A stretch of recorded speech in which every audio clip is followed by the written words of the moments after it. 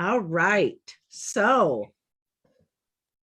I told everyone that we were going to have some special guests. And I wasn't lying. Some of them were surprise guests for us too. So Kathleen Prasad, the founder of the Let Animals Lead method, is with us today, which is quite an honor.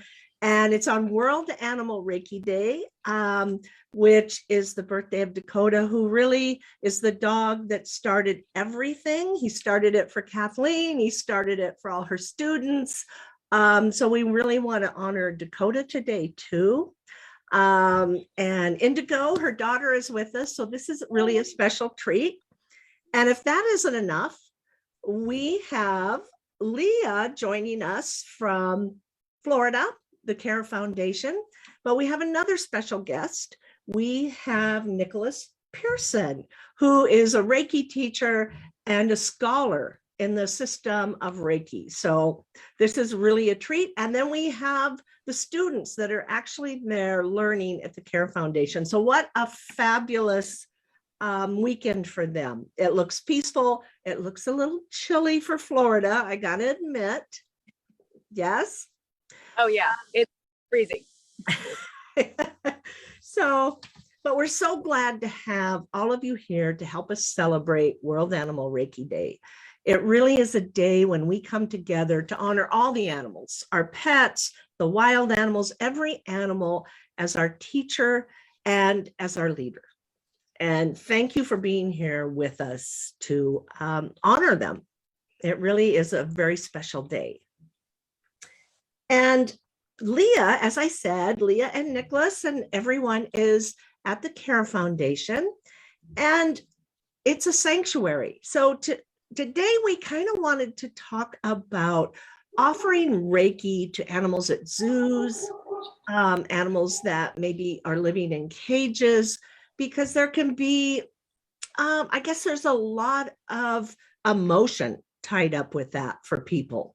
And for some people, they just don't want to be at a zoo, and it brings up a lot of painful emotion. And we want to talk about that because Leah and I both have gone to zoos to offer Reiki. And we do that because the animals need the support. And Leah, can you comment on that a little bit? Yeah, definitely. So as you said, we've gone to zoos before, and I know that there's a lot of controversy around zoos. People don't want to support them. They don't want to give money to these zoos. They think that the animals should be in different places. But unfortunately, it is what it is. And we feel strongly that we need to go support these animals. And when you support them, when you let them know that they're seen, the responses that they give you back are just overwhelming. And even here at Care, you would think that the animals might, because they're in cages, and some might say smaller cages, they might be depressed, but they're actually so happy. They're so welcoming to us. It's been such an incredible experience to be with these animals.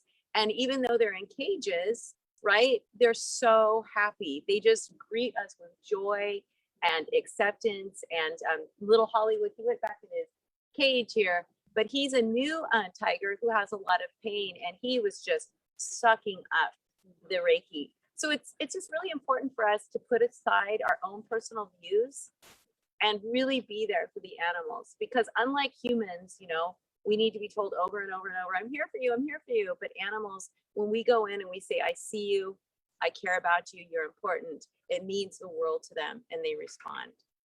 I don't know, Nicholas, if you want to add to that too. I mean, it's just been such a humbling experience to see the results in real time working with these animals. There's no placebo effect with animals the way there is with people. So, you really rule out a lot of possible skepticism just to watch them open up their hearts and fill themselves and therefore us with gratitude. So I'm just thankful to be here. And we are so happy to have you there as well, Nicholas. And what a treat for everyone at that class. It's been amazing because Nicholas is such a scholar on the history of Reiki and why we do what we do with Reiki. And it's just been so informative and fun to learn some of these things, like the Seisen Juetsu. We did that, and he was explaining exactly what that is. And yeah, it's just been really, really, well, I guess I say this. I mean, let's hear it from Mel. I mean, what do you think? Oh, it's phenomenal. Animals just that you come in and they're not moving, they're just there, just chilling out, and they're so receptive, and they become active and engage with you, and you can just feel it from them, and they heal you on the inside, the outside, and it's been a fabulous experience. What you want to add to that, Ronnie? Oh, sure. I'll just kind of touch on what Mel said. They heal you. I always, in the past, have always come to care saying, oh, I'm going to give this, and I'm going to heal this and that. And we're always the one that gets healed. So it's a little humbling, but it's a beautiful reminder, and it's a lovely gift that they give us. And Mary? I don't know what more I can add. It's just like, I think a humbling experience. And I'm just also very humbled and so grateful to both Leah and Nicholas, because this is, I want to say, my third or fourth time here at CARE. And every time I come, it's just a different, I never know what to expect, because I'm always learning something, both from the animals and from these beautiful beings. And so grateful for Nicholas, because I'm looking at things or hearing things that I thought I understood, but it's just really, really helping me understand on a deeper level. So, and really appreciate it. That's fabulous. What an amazing weekend. Yeah, it's been. Yes. And, I think it's important that people understand, even if you don't know Reiki, if you go to visit animals that are at a sanctuary or at a zoo, to go in and just be open, and with an open heart, that you want to share love, and that you honor them, and you appreciate them, and that you see them, they're going to feel that. And it's going to make a difference for them, because, yes, maybe, and we're not talking about, the roadside zoos or some of these zoos that are, so horrific. But when we go into the zoos, and we go in with love in our heart for them, and we honor them, and we respect them, maybe they are receiving everything they need for their food and their shelter. And, they have enrichment for them. Some of the better zoos, they all have that. But what we can offer them is a spiritual support, and honoring them as spiritual beings, that we see them, we understand how important they are to us, that we value them. They're our teachers, they're our leaders, and we have so much to learn from them. And really, they are the living Buddhas. They're up here, whereas we're still down here trying to get up to their level. And it's amazing how animals respond when you go in to an environment like that and just have that attitude. And I think we've probably all been in that situation, that we had an experience that surprised even us when we've gone into a zoo, and the animals can tell that there's something different about us. We're not just there looking at them and, being so disconnected, that we're actually connected to them. We actually see them as spiritual beings. We're sending love. And they pick up on that right away. And they respond to us in many different ways. Usually they approach us. A lot of times they approach us. It can be really surprising. And I don't know if anybody has had any experiences like that they would like to share. Have you had anything like that, Leah or Nicholas? Oh, yeah. I mean, we've had a big one today with Ngozi, who's a crocodile who is usually pretty, well, Kathleen knows. Kathleen can talk about Ngozi as well.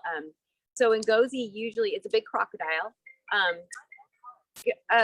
It usually stays hidden. She's usually in the weeds. She has a huge enclosure with a pond, and she's usually hiding in the grass that grows around it. Well, today she was in her pond, and she was so active and engaged with what was going on with all of us. So Mel was there with Brittany, who's another student, and Nicholas, and Ngozi was swimming, and I don't know, Yeah, you know, Splashing her just, tail. yeah, splashing her tail, going from corner to corner of the pond and coming in closer, and then she could circle back around, you know, and she was completely just holding still, kind of like a stick in the water when we were down there. And we approached and we began, and she just responded beautifully and just approached us as, you know, as much as she could within her pond limits. Yeah, no, it was amazing because Ngozi is one that has a harder time connecting. You know, she's a crocodile. She does come forward, but that is the most active I have ever seen her in the past. I think Kathleen and I have been coming. It's going to be our 11th year. So yeah, a long time. And that was crazy to see her so engaged. But I also feel because, you know, Kathleen and I have been coming every year since 2011. And last year we weren't able to come. And this year you could tell they were ready for us. They wanted us to be here. So they have just been whew, with the energy with the students. Would you agree, Nicholas? Oh, absolutely. I have some water. The moment we all go into practice, it's amazing to see how the animals respond to the practice. And this collective stillness kind of descends over the barnyard animals when we're all there with the pigs and the wild boars and the goats and chickens and emus. It's amazing how rowdy and raucous they can be while we're discussing the practice, but when we actually commit to it, everyone breathes a sigh of relief. Everyone, all the animals just kind of cozy on up and sit with us in that stillness, and it's amazing. And I think people would be surprised because I know I have a lot of people who understand that cats and dogs and our companion animals really respond to being offered Reiki. But then they're really surprised when I say, oh, we're going out to a potbelly pig sanctuary. And they're like, pigs like Reiki? Well, yes, pigs, emus, horses, everybody out there likes Reiki. Every animal from the tiniest little insect all the way up, you know, to the largest elephant and to humans, because we are animals too. Everyone appreciates Reiki and they can be offered Reiki. Yeah. Go ahead. I just want to say, I can't help but notice. Thank you for saying that. Everyone appreciates Reiki, and we can't forget the land. Right. So as we're here, and I just want to point out, if you look straight through there, do you see that green leaf Yeah. that has just been bobbing back and forth? I mean, it's windy here, but this is Not over there. but not over. It's not, a little protected. animals over there just engaged with us. Yes. And I did want to say, you know, we talk about animal Reiki, but and I'll hand it over to Kathleen about this. We are doing the let animals lead method, which is a totally different method. And thank you to Kathleen. And this day is, you know, a World Animal Reiki Day is thanks to her and her method. We're able to have these incredible experiences with animals without touching them, without, you know, beaming to them, because of this unique method that she teaches and that we all have experienced. And thank you so much, Kathleen. And I would love for you to talk a little bit more about that, if you don't mind. Oh, thanks. Yeah, you guys, I love hearing. I wish I was there. I miss being there. We miss We miss you you. too. But I'm so happy that you're there to hold space for all those animals. And that's what I was really thinking about as you guys were talking and as Jamie was talking, that, you know, for me, the Let Animals Lead method represents the power of presence. And it's really just that simple. Like when we actually, I think Nicholas kind of mentioned it a minute ago, when we're like discussing the practice, it's like all the animals are all woohoo, you know, busy and active and stuff. But when we actually commit to the practice, you feel the stillness. And that is the art of holding space.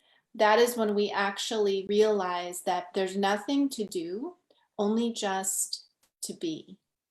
And that is the biggest gift that we can ever offer another being, animal or human, is our full attention, our open-hearted, compassionate presence without judgment, without, you know, focusing on what's wrong with the animal. Like Leah, you were mentioning, you know, that, oh no, they're in cages, and we have to let that go and see deeper and see their perfection, see their beautiful light. And it's not about touch. It's not about beaming healing to this and that problem.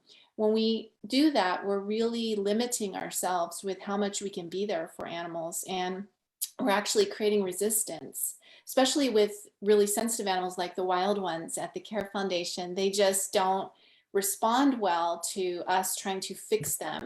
They already are a little kind of unsure about human beings. And so when we can show a really beautiful, open-hearted, compassionate presence to them and just say, I'm here with you now and all is well.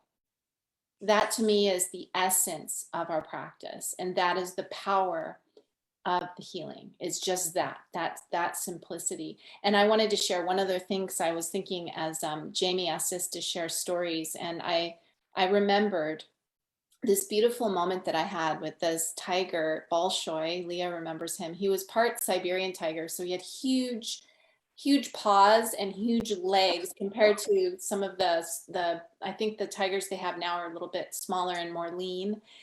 But Bolshoi was just gigantic, and he was older. I think he was in his 20s. So he was like the elder statesman of the Care Foundation. And he would often just be kind of, pacing and wandering around his play area. And so one day I came, and I think it was when Leah and I were there before the other students were there. So it was a very quiet day. And I just sat down on the ground next to the fence. And I just started my practice, and he stopped pacing and he came over and he sat directly on the other side of the fence. He sat down and he just stared into my eyes for I don't know, it felt like forever, but it was probably at least 5 minutes. Or it was more like 10 minutes. Maybe it was 10 minutes. You were there. It was a long time. It felt like I was permanently changed by whatever occurred. There was no words. There was no, okay, I'm sending healing to you.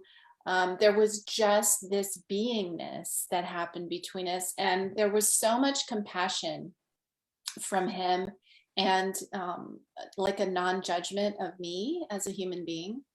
And that was something that I always get so inspired how animals embody the qualities that we try to emulate, like in the Reiki precepts: not angering, not worrying, being grateful, being compassionate. We strive as human beings. But with him, he just sat down and he just emanated all of that perfectly. And it came from this ancient place that I have forgotten, as a human being. And it was so, I remember afterwards telling Leah, oh my God, I think I was in tears. And I was like, I don't know what just happened, but I feel changed and healed by this tiger. And it's those kind of moments when it just reinforces to me that the less we do, the more can happen. And that's, sometimes that's the opposite of what we think as Reiki practitioners. We think, I have to be doing something right now. And so these animals at the Care Foundation, they really help us let go of that and just be true to our beautiful inner light, our inner Reiki, our inner soul power. Absolutely. I love that story, because that was also, you had just gone through all your cancer too. And it was the most beautiful, and I'm gonna get teary, it was the most beautiful thing to watch, because he had been such a big part of just your meditations, and to see him acknowledge you and really see you and be all is well to you, right? It was just healing of you and being so grateful that you're there and just sharing that space. And sorry, I got allergies. But it was that, we like to fuss over people, and there's so much power in just presence. And that's what that story always reminds me of, just his presence and how it affected you and changed you, and how much love he had for you, and seeing you, after that year. Yeah, animals are magical. And I think sometimes when I know going into zoos, even going into kill shelters, that's not for everyone. Some people just don't want to be in those environments. It's difficult for them. And I totally understand that. But when you do go into the places where it maybe is a little harder, I think the healing or the transformation can be more powerful even when you're dealing with animals who have been abused, or they're, in a zoo and they're caged up, and the transformation that can happen to you can be so powerful, that when we go in and support them, I think we think, oh, we're going in for the animals, but really it's the animals that are there for us, and they are just masters. And we mustn't forget that. We don't want to go in and pity them and feel sorry for them, as we've all learned, and let animals lead anyway. But especially when you go into a situation where it's a kill shelter, it's a zoo, you may go in and you're feeling sorry, all these poor animals, and the pity comes out, and you don't want to do that, because you are in the presence of greatness. And these animals are masters, and they have so much to offer us. And I just hope that people who have not wanted to go to these places, so, oh, I hate zoos and I hate this, and there is a lot of that. It's charged emotionally around some of these environments. I hope they're able to just step back and remember it's about the animals that are there. They're there anyway. Many of them are born in those situations, and they need us.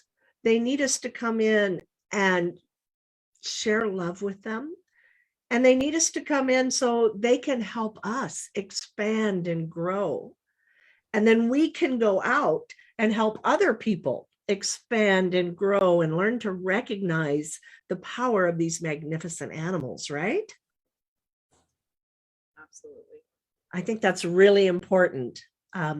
Yeah, I think our practice really awakens the sacredness of all beings. And even as you guys at Care were noticing the plant, the green leaves and the trees there are so powerful, and just really feeling that sacredness is really, I think the lack of that is what is harming our world right now. Every issue that is,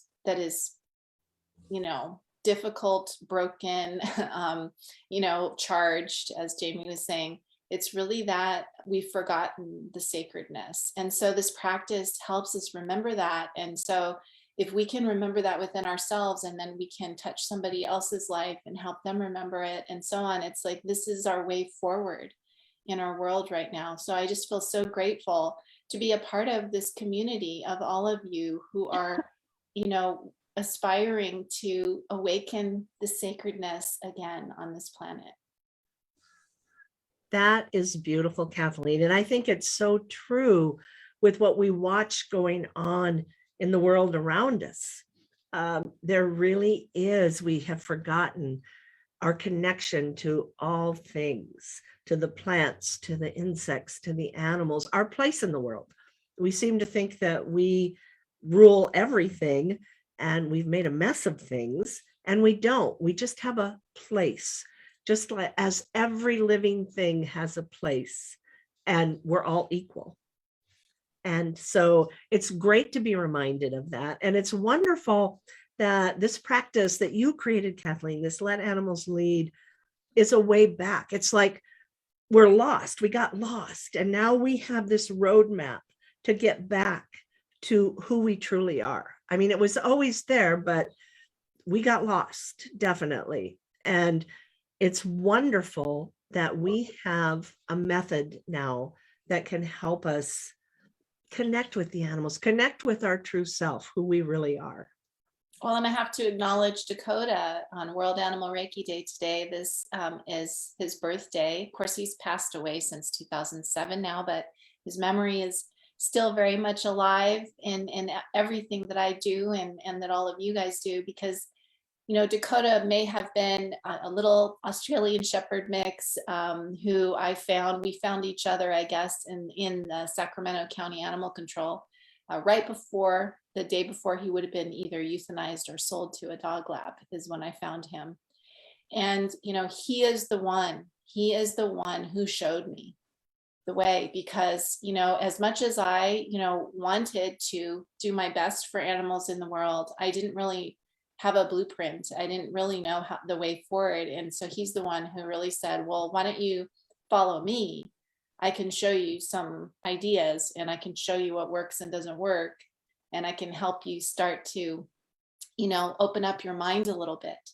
And so it's really, he's the one who sparked so many of these curiosity moments for me, where it was scary at first to let go of sort of being in charge and thinking I always know the right thing to do. And instead going, wait, maybe I should just sit and see how this unfolds. What will the animal do? What will Dakota do? You know, and that was that moment to stop leading. It was very scary. And so I think, you know, if more of us would face that fear and just trust in the animals to have that wisdom and to show us the way. I mean, this is really the key to being able to find that sacredness and find the best version of ourselves that we can be on this planet. I love that. Thank you so much, That's Kathleen. beautiful. We do have a question for Leah from Darlene. She wanted to know if you spent any time with the snakes or reptiles today, because she's kind of our reptile girl. But actually, Mel has. Did you go in there, Ronnie? And Yeah, Ronnie did. yeah. Did you go in there yet? Just to say hi. Yeah. But Yeah. so these two went and did a practice actually, and so yeah, it's quite magical to go on with the snakes. And we'll all have a chance tomorrow. But yeah, these two and two other went in there and they actually did a practice, and the snakes were very reactive. So yes, very fun. Yeah, thank you, Darlene. Darlene's a reptile lady, so thank you for that. Yes, she's our reptile lady. Absolutely. We're getting our fair share. Yes, Yeah, no, we're they're representing. definitely not forgotten because they're powerful. Yes. Oh, and so tomorrow when we're chanting, we're definitely going to spend some time with the So snakes. Kathleen's the one that found out that they respond really well to chanting, and they actually kind of healed her during that session when she was chanting. So now it's like we all have to go in there and get that magic. Absolutely. Absolutely. And I know that there is another topic, and Kathleen, if you want to speak or just tell us a little bit about this, about the lions that need some of our support. Thank you. Yeah, I'd love if everybody would hold space today in their hearts for the lions in Africa. They're going through a lot. As probably many of you know, there's like a whole canned hunting trophy trade that goes on with lions. You know, rich hunters come over from other countries to bring back, you know, skins and fur and their trophies from the hunting. And so they have breeding facilities. These lions are really in hell, living in these breeding facilities and then going to these different hunting locations. There's also something that has cropped up kind of in the last few years, which is called the burn trade. And they actually raise the lions just for their bones. And then they sell their bones, like especially in Asia, some other countries, for healing properties. And so there are right now like 10,000 lions that are in this situation for the burn trade. And I learned about this just recently from Panthera Africa, a woman, Catherine, who she has a lion sanctuary in South Africa, and she is saving these lions, as many as she can, some from the breeding facilities, some from the hunting facilities, some from the burn trade facilities. And she wants to raise awareness about this issue, because what it really needs is legislation to be changed, public outrage, so that the laws are changed around this, because it makes millions and millions of dollars. It's very lucrative. So it's difficult to stop something that is that money making, as you may know. And what she asked when I talked to her a few days ago was just that what these lions right now, what she would like to offer them is that energetic support. She's working with 40 organizations in Africa to bring awareness to, they have lawyers working on legislation to lobby politicians, and they're doing a lot of all of this right now. But she said what is lacking is the energetic support in the meantime. And so I thought, well, let's bring our community together. And what about today? Today is a beautiful day, World Animal Reiki Day, to just hold space for all of these lions who are caught in this, economic cycle, which is so damaging to them. Let's see their light. Like, we see you, we see how beautiful you are, we see your sacredness, and we honor you today, and we hold you in the light. And my wish really for them is that this light can just bring them peace through their day, in their moment, and whatever their transition is going to look like, just to enfold and embrace that with peace and love and compassion. And, I always believe that when we bring this beautiful Reiki energy to these kind of situations, that it can produce shifts in what's happening. And so that's my hope, is that the shift starts to happen, and we can actually stop this practice on this planet. It's so wrong. But in the meantime, we have these lions. So let's hold them without pity, without worry. Let's let that go, and let's see their wholeness in this moment. Let's see their beauty and their sacredness, and let's reflect and shine that light back to them, and tell them that, all is well. We see you, we hear you. Love that. We will definitely include the lions in our closing tomorrow. We'll just hold them in space all day tomorrow. And thank you for sharing that, Kathleen. It's so important. And it is something that we can easily do. We can easily send love and hold them in the light. And that's so powerful. Especially when we're all doing it together, that power of the group energy. And, I really believe that it can not only heal them right now in this moment, bring them peace, and bring them that they will feel that love, but also for the highest good of that whole terrible situation. Yeah, absolutely. Yeah. And that it's so beautiful that we can, send them this love. We're not powerless. We can send love, and we can hold them in this space. And they definitely, will be affected by that, just like everything is when people do that for us, how good that makes us feel. So it's nice to know that we have the knowledge on how to do that now because of Let Animals Lead. Absolutely. Thank you for bringing that back around, Jamie. Yes. And I'm just checking to see if we have any comments. I don't know if anybody has anything else they'd like to share. Well, we are freezing, so well, you know what? How about we do our meditation and the prayer? Yes. And then we will let you guys get warm. Okay, thank you. We are literally freezing out here. Okay, so we're going to ask everybody that's here with us that would like to participate to just sit comfortably, get in a comfortable position, and try to have your back straight. And then just release some of the tension in your neck and your face. Just feel your face relax, your mouth, your neck, your shoulders. And what we're going to do is we're going to breathe in through our nose, and we're going to visualize that this breath is a bright healing light that travels down our body and goes all the way down to just below our belly button. So if you're new to meditation and you have trouble visualizing, just focus on the breath and just feel your breath go all the way down. And then as you exhale out, try to visualize that this light is going back out through your skin and your hands and out into the space around you. Again, if you're new to meditation, just sit quietly and focus on your breath going in and out. If you can, go ahead and follow along with the visualization. So let's begin. Put your hands in Ngozi, or the prayer position. Set your intention.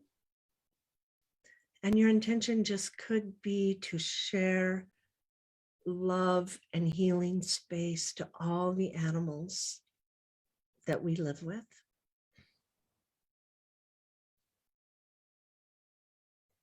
And then go ahead and just place your hands comfortably in your lap, face up, face down, whatever is more comfortable. And let's begin by taking a slow breath in, all the way down to your energy center just below the belly button. And then exhale it out, visualizing that light shining outward into the space around you. Now take another breath in, breathing in the universal light all the way down just below your belly button. And then exhale it out into the space around you. Take another breath in, all the way to the belly, and exhale it back out. Breathe in and breathe out.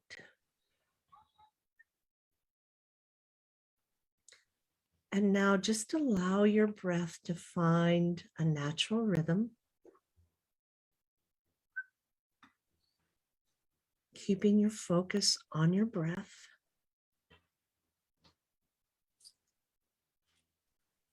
And if at any time your mind wanders, just go back to placing your attention on your breath, following it in and out.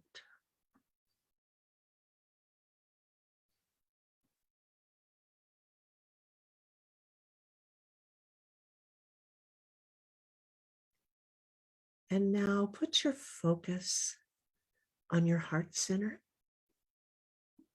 Just draw your attention to that area and feel the energy. And if it helps, go ahead and place your hands over your heart.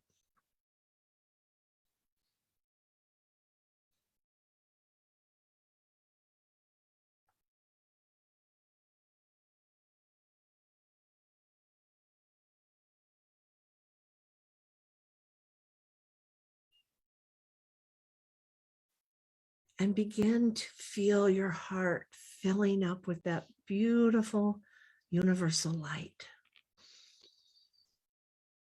And the light just fills that space, and it grows larger and larger until your heart just can't hold all this beautiful light, and it expands like a flower blooms. It opens up, and this beautiful light radiates out from your heart.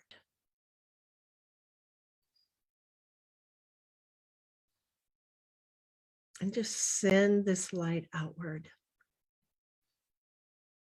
for all the animals and the plants that care to share in this beautiful light. Let it radiate out.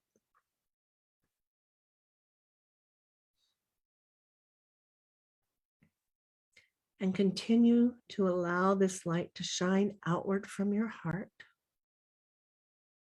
And slowly and gently allow a smile to form on your face. And just hold that smile there as you allow the light to shine outward. And let's set our intention to send out the energy of the World Animal Reiki Day prayer that was written by our founder, Kathleen Prasad, that I'm going to read now.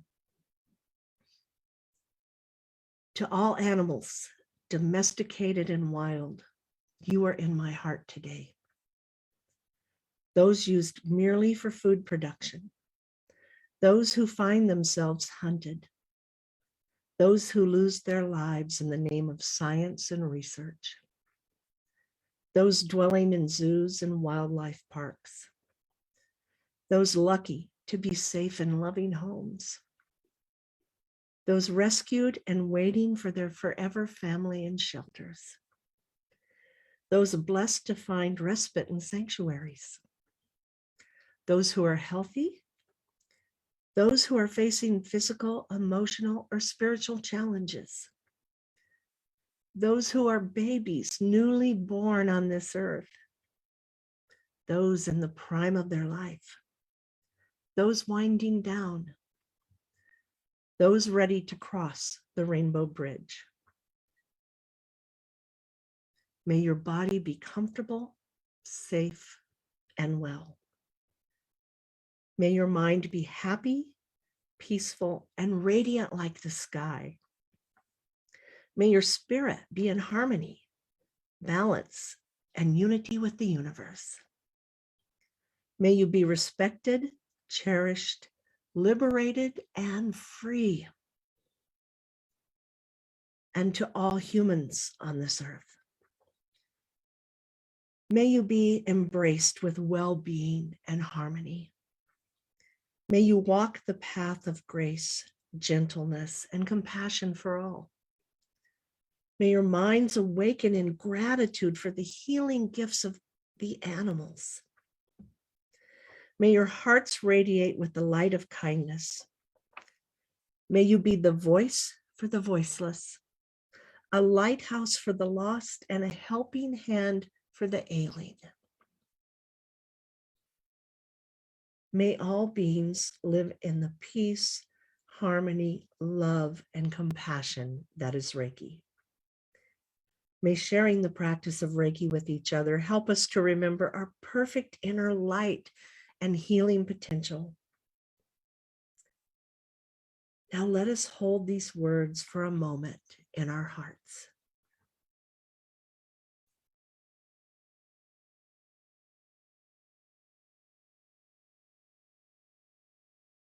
And now send them out with blessings and love into the universe. Enjoy the day today, friends, as you travel the road of healing. Remember, may the animals light your way today and every day. And give thanks. Thank you. And you may come back into this space and open your eyes. Thank you so much. Thank you, everyone. Thank you, everyone on Facebook. Thank you, all of you, for being here.